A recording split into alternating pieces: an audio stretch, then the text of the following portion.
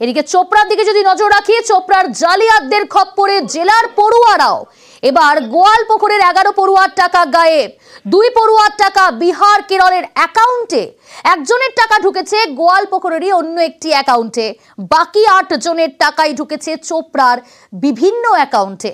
পড়ুয়াদের ট্যাবের টাকা গায়েব এবং এই ঘটনা এবার চোপড়ার জালিয়াতদের খপ্পরে জেলার পড়ুয়ারাও।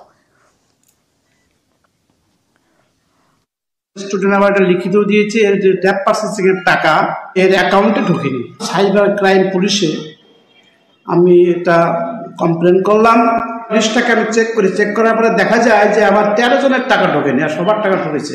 চোপড়া ব্লকে ঢুকেছে 3টা, আর 1টা টাকা চলে গেছে কেরালা ঊর্ধ্বতন কর্তৃপক্ষ, ডিআইআর স্কুল।